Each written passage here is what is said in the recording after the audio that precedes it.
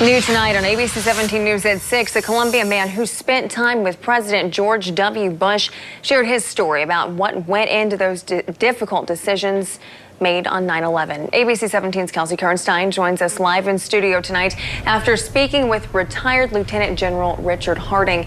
Kelsey, the general was at a military base in Omaha when the terror attacks unfolded.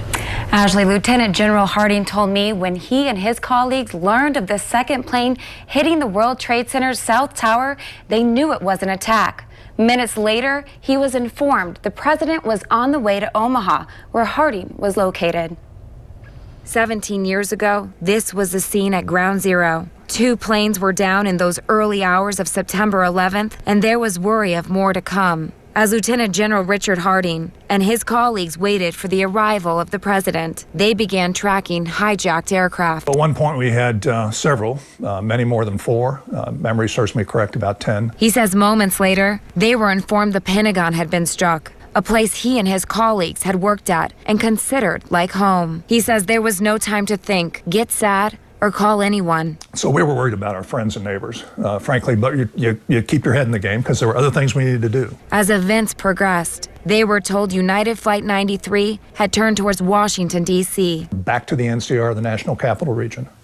We also have another unidentified aircraft entering the National Capital Region that is not responding to a hail. That's when orders were given to take out the plane, an order that startled colleagues. He looked at me eyeball to eyeball, and it was a tough time. I mean, you could see sweat coming down the brow.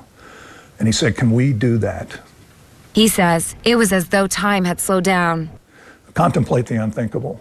There are innocent souls on board United 93. We didn't know how many. History would show that there were 40. But the Air Force and the president made the final decision to take out the plane. But by the time the 2 fighter jets diverted, Flight 93 had already crashed.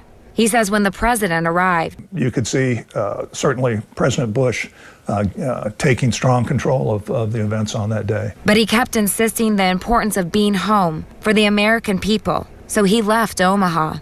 He made the decision there. He said, maybe the best decision of the day, that the American people needed to see him return to Washington, D.C. Lieutenant General Harding says 9/11 changed everything.